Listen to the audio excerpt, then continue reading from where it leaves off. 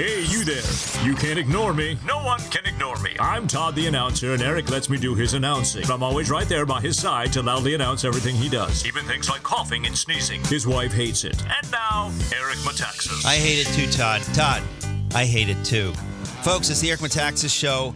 I'm usually excited to do the show. We have really tremendous guests, but today we're talking about a subject that's very, very close to my heart. It's called parenting. Have you heard of that? Parenting, raising boys, raising girls. I have recently been introduced to someone, Dr. Leonard Sachs, who is, as far as I'm concerned, a particular expert on these subjects. He's written 2 books. One is called The Collapse of Parenting, How We Hurt Our Kids When We Treat Them Like Grown-ups. And another book called Boys Adrift, The 5 Factors Driving the Growing Epidemic of Unmotivated Boys and Underachieving Young Men. Nothing closer to my heart than these subjects. Dr. Leonard Sachs, welcome to the program. Thanks for inviting me. Can we get his microphone turned up a little bit? I have to say that when I heard about you and looked at these books, I thought this is, to my mind, one of the most important things in public life today. And I know that you feel the same way. Now, just to get some background on you, so we know you're not just some guy who came off the street. You are, first of all, I'm very impressed. You got your you got your degree from MIT at the age of 19. So you're kind of smart. And that's really, I'm just hugely impressed by that. But you really have been devoting your career as a doctor to these kinds of issues. What was it originally that got you into this? Because I don't imagine when you think, I want to go be a doctor, that you think you're going to be writing books on parenting and on boys and that kind of stuff. No, you're absolutely right. So I earned a doctorate in psychology at Penn, University of Pennsylvania, and also earned my MD there. Did my residency, but most family doctors don't have a doctorate in psychology. Right. I do. That's a little unusual. And so without my intending it, my practice kind of became a magnet for parents who were concerned about kids that their problems were having. Right. And very soon after I launched my practice, had this parade of parents bringing their kids, mostly boys, into my office with a note from the school saying, hey, Justin or Damien, whoever, not paying attention, would you please evaluate?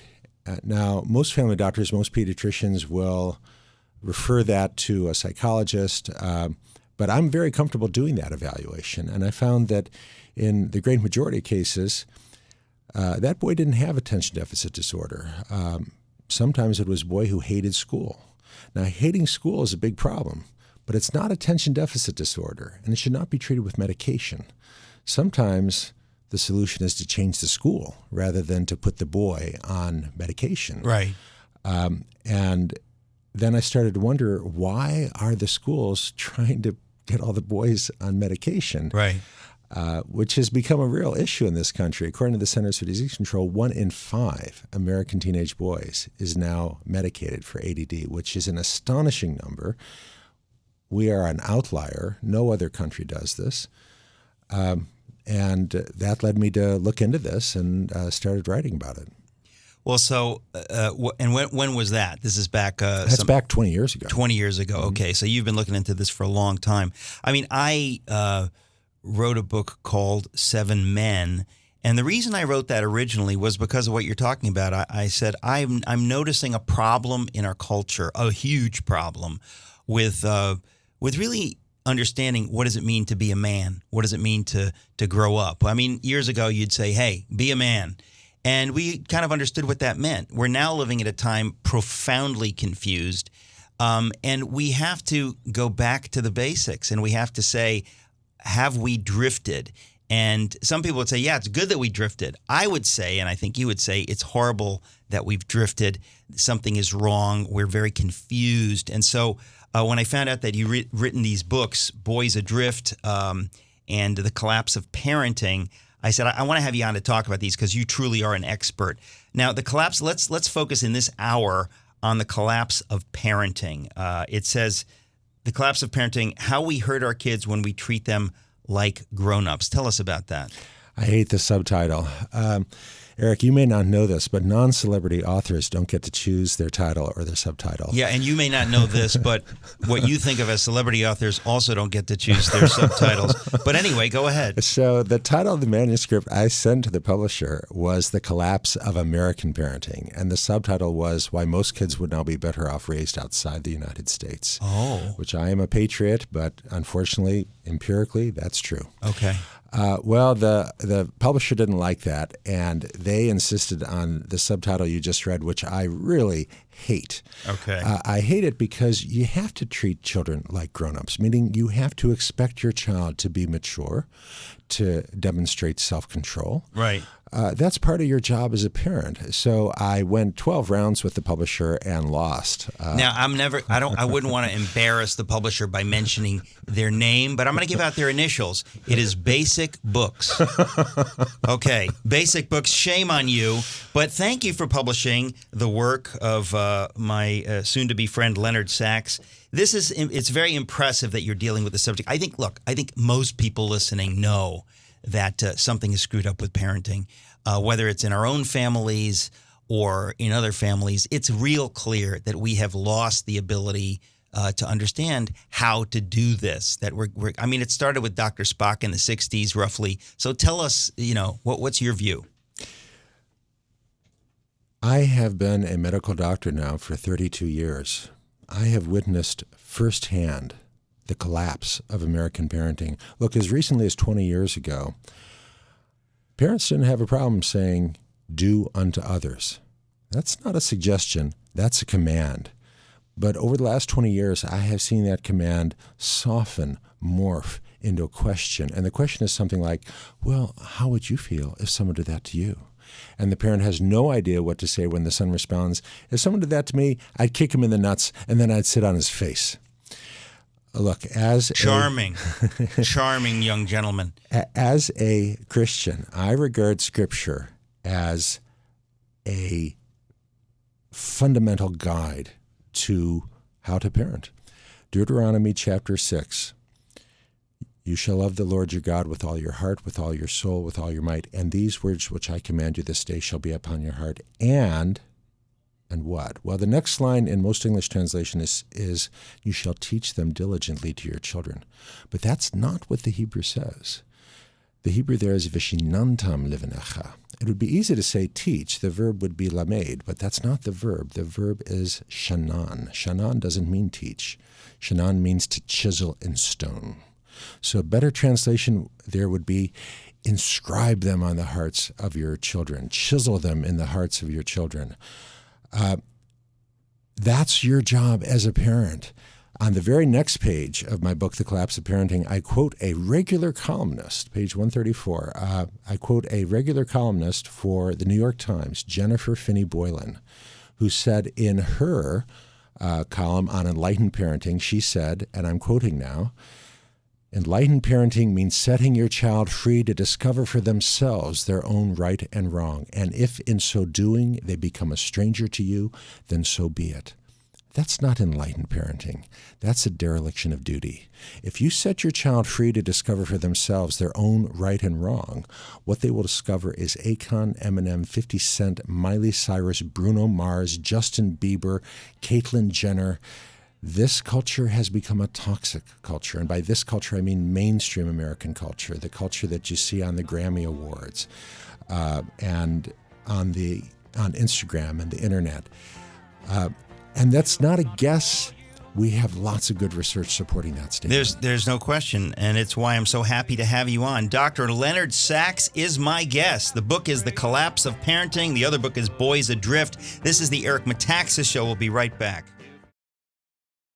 It's the Eric Metaxas Show. We're talking about parenting. The book is The Collapse of Parenting by Dr. Leonard Sachs. He is sitting with me here in the studio. Dr. Sachs, welcome. Thanks again. Are you often confused with the other Dr. Sachs? Who's the other Dr. Sachs? Exactly. Who's the other Dr. Sachs? No, the one who wrote all those books on the man who mistook his wife for a hat. The Oliver Sacks. The late neurologist. You're not confused with Oliver Not Sacks. At all. Good. It's spelled differently. I know that, but it doesn't sound different. Okay, so you're the author of The Collapse of Parenting and Boys Adrift. In hour 2, I want to talk to you about Boys Adrift, but in this hour, let's focus on the collapse of parenting. You were just saying that the culture has become toxic. There is no question that it has become increasingly toxic. It's been toxic for a long time. I mean, the things that I was getting off of TV in the 70s were not exactly biblical, but it's gotten worse and worse and worse and worse, and here we are. So what do you say in your book, The Collapse of Parenting? Well, everything I say in all 4 of my books is really grounded in evidence. And one of the really compelling studies was published by UCLA. They looked at the most popular television shows targeting children and teens from 1960 through 2010. And then they ranked those shows on 16 measures of what the show was trying to teach, what was valued by the lead characters in the show. And they actually found great consistency from 1960 through 2000. What was most valued was, number 1, being a good person, being kind, and number 2, being a good friend and being liked. Whether that was the Andrew Griffith Show in the 1960s, Happy Days in the 1970s, Family Ties in the 1980s, or Sabrina the Teenage Witch in the 1990s. Very consistent. Being famous and being wealthy was number 15 and number 16 from 1960 through 2000. Then between 2000 and 2010, American culture flipped upside down. And suddenly being famous and being wealthy went from bottom to top. Can you give me an example? Because I find that sort of shocking. 2010, the most popular shows, Survivor, iCarly, The Voice. On those shows, being kind, being a nice person on The Survivor, that's for losers. Actually, okay, so we're talking about the reality show phenomenon, and I noticed this. It's one of the reasons I didn't watch reality shows, because there was something about the way they were produced. The tension, the negativity, the criticism, the nastiness, public nastiness toward people. I thought, this really is new. It's a new thing that you're seeing people being torn down publicly, humiliated, and this kind of naked Darwinian competition. It really was ugly. And it's certainly not confined to television. So, for example, this year, the Grammy Awards, January 28th of this year, Bruno Mars was the big winner. He won 6 Grammys, more than any other artist. The reporters called it the coronation of Bruno Mars. Best song of the year was a Bruno Mars song titled That's What I Like. And he's speaking to a woman he appears not to know. He says, "Baby girl, what's happening? I got a condo in Manhattan." I don't know if we're allowed to use bad language. I got a condo in Manhattan? Yes. We are not allowed to use bad language. We'll bleep says, it out. "You and your blank invited." And then he commands her to turn around and drop it for a player. Offers her money, diamonds, shopping sprees in Paris. He's offering money for sex. And this is the best song of the year, in the opinion of the Recording Academy. The YouTube videos had over 1 billion views. You know, it was ironic at that same show, an African-American actress, Janelle Monáe, got up and gave a little sermon about how time's up for sexual harassment of any kind. And a moment later, a song celebrating sexual harassment, a man offering a woman money for sex, gets the Grammy for Best Song of the Year because that's what I like. The culture has become confused. What message is a young man supposed to take from a ceremony where a song celebrating money for sex is now, because I'm unfamiliar with the year? Because I'm unfamiliar with the song, I have to ask the novice question: is the song done in a voice that is potentially, or is perhaps meant to have been taken ironically? In other words, sometimes you have a song that tells a story and you realize it's not really promoting that agenda, but it's kind of, describing it in a way at a distance. I asked young people the same question because you can see I'm an old guy, but I work with young people. I work with people in their early 20s, and I asked them, is this song what it sounds like? They said, absolutely. And it's such a dramatic change in a fairly short period of time. I'm old enough to remember Meatloaf 40 years ago had a huge hit, Paradise by the Dashboard And by the Light. way, that is a great song. Where there are two young people, teenagers in a car who are being intimate, and they got a baseball announcer say he's rounding first, he's heading for second. That's Phil Rizzuto, man. They got Phil Rizzuto. He's rounding third. He's heading for home. Here comes the throw. And then the woman says, Stop right there. I got to know right now. Before you go any further, do you love me? Will you love me forever? Do you need me? Will you leave me forever? Will you never leave me? Will you make me so happy for the rest of my life? Will you take me away and will you make me your wife? I gotta know so right I now. have played this song for American high school kids, coast to coast. And I asked them, what's going on in this song? And they'll say, well, they're fooling around. So what happens next? Why does the woman demand an offer of marriage? And the kids are baffled. And then a girl raises her hand and she said, well, they didn't have birth control back then. I said, that's not true. Actually, they had plenty birth control in 1978. Yeah. Plenty. And so the kids are totally fuzzled. They are completely confused because they. I just want to say that song, okay, every time I hear it, I almost cry because it's so beautiful. It is asking the question of questions, right? In other words, it's this crucible of teenage passion and lust, which has been normalized since the 50s. But it asks that question, and it's the guy says the lie. Of course he says that he wants to say yes, but then he says, I got to sleep on it, baby, got to sleep on it. Because he doesn't really want to lie. He just wants to have sex that moment. Right. And she is asking him this it's a heartbreaking question. Do you love me? Will you be with me forever? Are you going to marry me? It really, sometimes a song it's more than a song, and that song, it just typifies the culture at that time. Well, I wish you could come with me when I speak to the high school kids because they are baffled. Because I explained to them, look, in ancient times, before you were born, a young woman would not consent to sexual intimacy without a promise of marriage. And you might as well be talking to them about the Roman Empire. This is completely different from the culture in which they live in. Mark Regnerus had a really important book that came out earlier this year, didn't get the attention it deserved, titled Cheap Sex.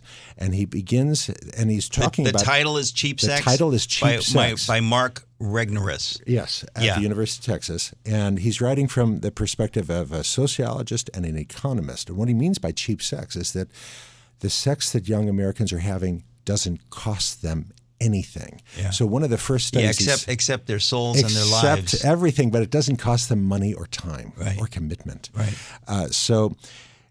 He said, one of the very first studies he cites, they interviewed young Americans, young men, young women, and they said, okay, before you had sexual intimacy, were you dating for a week, a month, 6 months? What's most common? The most common answer that young Americans now give to that question is that the sex came before the relationship.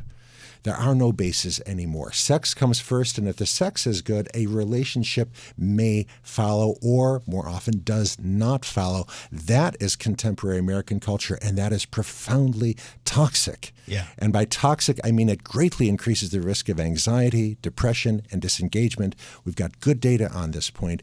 You don't want your child to be immersed in this culture. Well, there's no doubt about that. And I think that this is something that it gets worse and worse. The reason parents don't push back sometimes is because they will say, well, when I was that age, and they have their own stories of smoking pot or, sleeping with somebody or whatever. And I think that we've been drifting, obviously, from a biblical standard for many, many decades. But it gets worse. And the reason parents have been unable to push back is they have this guilt. Again, if they are not serious Christians, I would argue that if you're really serious about your faith, that you can take a stand and you can take a standard, just like I can in my life. And I can say, before I became a Christian, I didn't get this. I was not some horrible person, but I didn't understand this. And I made mistakes. Those were wrong. And I don't want my kids or anybody I know to make these mistakes. But if you don't have that, you just say, well, who am I to say? I disobeyed my parents, and, it's confusing. And so you throw your kids to the wolves. We're going to be right back, folks. We're talking with Dr. Leonard Sachs. It's S-A-X, not S-A-C-H-S. S-A-X, Dr. Leonard Sachs. The book is The Collapse of Parenting. This is the Eric Metaxas Show.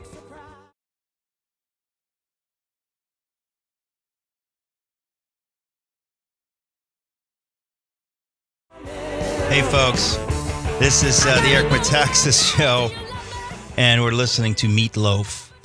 And why are we listening to Meatloaf? Because I'm talking to Dr. Leonard Sachs, who's written a book on parenting, The Collapse of Parenting. By the way, folks, I recommend these books really highly. Leonard Sachs, another book, Boys Adrift. We'll talk about that in another hour. But what you were just saying, Dr. Sachs, with regard to norms, even in 1978 or 9 when this came out, when the Meatloaf song came out, it was even a little quaint back then. In other words, there were plenty of people who had moved past that already. But the idea that he was giving voice to this, which many young women were saying, like, I'm not okay with uncommitted sex. Like, maybe I will stray, I will drift, but wait a minute. Do I know what I'm doing? Do you, are you serious about me? Do you care about me? Or are you just treating me like an object, like a nothing to be used now and to be forgotten tomorrow? That's the question. And what you're saying is that young women today have exceeded in this. They no longer either have the self-respect or something to even ask that question. Well, that's one of the things that's so troubling. Again, we have these longitudinal cohort studies, meaning that researchers recruit a bunch of kids at 12, 13, 14 years of age and then follow them for 3, 4, 5, 6, 7 years. And what they find is that if a girl is sexually intimate with a boy at 14 or 15 or 16 years of age, she is much more likely to become depressed subsequently. Incidentally, that turns out not to be true for boys. The boy who's having a lot of sexual activity with girls in his teen years, he's fine with that. There's some really fundamental differences between girls and boys. Many teenage boys think they're fine with a one-night stand. Now, again, we've got other research showing that down the road, that boy may have difficulty sustaining a romantic relationship. Right. But he doesn't become anxious and depressed. But everybody knows that studies prove that teenage boys are stupider and shallower than teenage girls, so it makes perfect sense. Well, we do have, as you just alluded to, good research showing that the brains mature at different rates. Yeah. Girl reaches full maturity in brain development by about 22 years of age.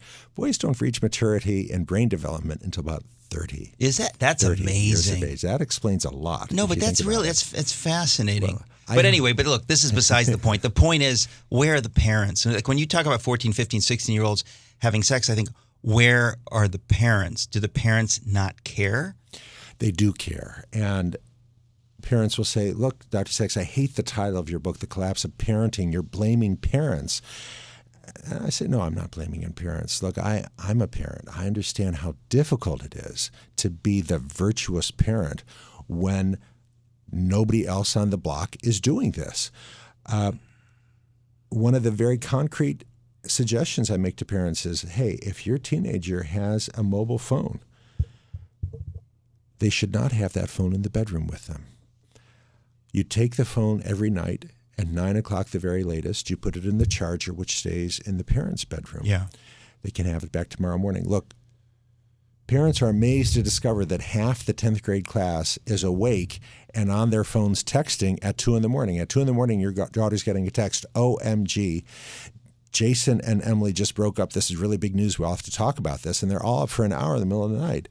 Look, some of the issues you and I are talking about are not easy to fix. This one's real easy to fix. You take the phone, you turn it off, you put it in the charger in the parents' bedroom. Look, it's not reasonable to put this burden on your 14-year-old, 15-year-old daughter. But I think that parents, generally speaking, you say parents aren't to blame. It takes guts to be a parent. Yes. And you have to have the guts to stand up to your kid. Well, that's and a lot of parents don't have the guts to do that. It's about giving parents the courage. What is your daughter supposed to say tomorrow morning in school when her friend says, hey, I texted you last night at midnight. How come you didn't answer? Is your daughter supposed to say, well, studies have shown that sleep deprivation in adolescence is a major risk factor for depression? Come on, that's ridiculous. You can't expect your daughter to say that. You have to allow her to say, hey, my evil parents take my phone every night at night. Won't have it back to the next morning. It's your job to be the evil parents. And then I'll warn parents. I'll say, look, when you go home and you tell your daughter, hey, I'm going to start taking your phone every night at 9, she may not applaud. She may protest. She may say, well, I use it as my alarm clock. Let her know they still make actual alarm clocks. You can go to the store and buy one. And now she really gets upset. She may explode. She may say, but what if there's an emergency? You remind her you still have a landline, a house phone. If there's a true emergency, her friend is welcome to call the house phone in the parent's bedroom, and you, the parent, will pick up. This has to be your call. There are some domains where the parent has to make the call, overruling their child. That's shocking. And I suspect you're a bigot. You just hate children. No, this is so important. Folks, you know how close this is to my heart, and it's just wonderful to be talking to you, Dr. Leonard Sachs. There are 2 books that I have in front of me. One is called The Collapse of Parenting. We're talking about that right now. I recommend it in hour 2 today, or we're going to record a second hour talking about boys adrift, the 5 factors driving the growing epidemic of unmotivated boys and underachieving young men. Folks, this is big stuff. It's more important than politics, in case you're scoring at home. We'll be right back. It's the Eric Metaxas Show. Hey there, folks. It's the Eric Metaxas Show. I'm talking to Dr. Leonard Sachs, a parenting expert. And yeah, he is an expert. If you had the bio in front of you as I do, you'd say, boy, this guy's a bona fide expert. He has spoken on child and adolescent development, not only in the U.S., but also in Australia, Bermuda, Canada, England, Germany, Italy, Mexico, New Zealand, Scotland, Spain, Switzerland, on and on and on. He's been on CNN, Fox News, NPR, PBS, Cuckoo Cuckoo. We'll just continue the conversation with him. Dr. Sachs, I think parenting it's right at the core issue of our time. So you're talking about parents having to stand up to their kids, put the phone away at 9 o'clock. I think my theory is that we no longer, we just don't have the guts anymore. A lot of people just say, they just don't seem to be able to, or they say, or my wife. You don't even have that in marriages. In other words, maybe the wife says, oh, that's being harsh. And the husband has to understand that you and your wife have to get together, and you have to agree on this stuff. You can't just have laissez-faire parenting. But a lot of times that's what it ends up being. It's laissez-faire parenting. I'm guilty of that as well. I mean, it's very tough to parent. Well, and you just touched on a key issue, which is often mom and dad do not agree. And it can really become an issue. And they'll come in and talk with me, and I'll say, look, this is not just my opinion. The American Academy of Pediatrics has studied this issue at length, and they have issued guidelines which are very clear and which I provide. No phones in the bedroom, no screens in the bedroom. Kids need to have a chance to sleep at night. And if there's a phone and a video game console in the bedroom and your son's up at 2 a.m, bad things happen, and they're not getting enough sleep. Social media. We got 12-year-olds on Instagram, and the parents don't even know what's going on. If you're going to allow your child to be on social media, you need to know what they're doing. And I talk about apps that allow you to govern and limit and guide what your kids are doing, because we've got an explosion of 12, 13-year-old girls posting photos of themselves in swimsuits on Instagram. This is not a good thing. Parents need to know what their kids are doing. They need to teach self-control. Another big point I make in the book is, okay, what's our job as parents? It's not a guess. We've got these good studies where researchers have followed kids for 30 years, from infancy to 32 years of age. What factor best predicts health, wealth, and happiness in a young person at 32 years of age? When you're looking at a 12-year-old, is it what grades they get in school? Is it how friendly they are? Is it openness to new ideas? No, it's self-control, virtue, and character. predict health and wealth and happiness 20 years down the road. So it's your job to teach virtue and character. It's not a sermon. It's a robust empirical finding, meaning, and that's just a fancy way of saying that all the scientists who've studied this over the last 30 years come to the same conclusion. When you follow kids from childhood into adulthood, the kid who has virtue and character is going to do much better in terms of health, wealth, and happiness down the road than anything else. So your job is to teach virtue and character, to teach self-control. But you and I are sitting here in New York City. We're not far from Times Square. I took a photograph in Times Square. The big Pepsi billboard, that the slogan is live for now. Don't worry about the sugar. Live for now. If it feels good, do it. Live for now. Whatever floats your boat. Thank you, Pepsi. Who's the CEO of Pepsi? That is. I just love these gutless corporate slobs that they don't care about anything except the bottom line. I mean, I have to say, nothing makes me angrier than the gutlessness of corporate executives in America, that they do not care. They do not have the ability to say what messages that's sending. They obviously don't care. Who's the head of Pepsi today that he would say that that's okay? But this is so pervasive in American culture now. Live for now. Whatever floats your boat. If it feels good, do it. It undermines the teaching of virtue and character. Can you imagine? Everybody knows live for now is the stupidest thing ever said in the history of the world. I mean, it makes me want to boycott Pepsi. Folks, boycott Pepsi over this. I mean, that is so bad. And this is the thing. The reason I get angry is that because it's hard enough to be a parent, but we're living now in a culture that's so sick, down to the level of Pepsi, that it is very difficult to be a parent because all of these idiotic, perverse, pernicious messages they're coming from everywhere. And I think as parents, we have to take a strong stand. We have to get angry. You have to say, this is not only unacceptable, it's nearly criminal that you are talking to my kids in a public space and you're sending out these messages they're the worst messages you could send. And again, that's not even it's not a sexual message, but it implies sexual. It implies everything. And, here we are. As a clinician, I have counseled good parents, husband and wife, loving parents, Christian parents who are baffled that their son has gone so far astray, is disrespectful, is hateful. And where did this come from? They ask me, because we never taught this. Well, he's got a phone. He's got a laptop in his bedroom. So he's immersed in this culture, and the culture is toxic. That's where it's coming from. Well, I mean, I think he would be immersed in the back of my hand if he was my son. But I really do think that I think young men especially have to understand you cannot disrespect your parent. If you do, you're going to be called out instantly. That's non-negotiable. I don't even care if I'm wrong as the parent. You cannot disrespect me. I'm your father. I'm your mother. That cannot fly. Well, you've hit on another point, which I really explore in the book, because a lot of people misunderstand that. You're saying, they'll say, you're saying kids should never disagree with their parents. I said, no, we're not saying that. I'm saying, look, it's if my daughter says to me, Dad, I think you're wrong, and here's why I think you're wrong. Here's point A, point B, point C. That's great. I celebrate that. You can say anything you want respectfully. But go ahead. It is never acceptable for a child to say to a parent, you don't know what you're talking about. Yeah. That's not allowed, and yet I see it in my office. And again, parents are allowing it, and shame on them. Folks, man, this is important stuff. We're going to be right back for a final segment with Dr. Leonard Sachs. That's S-A-X. Check out The Collapse of Parenting.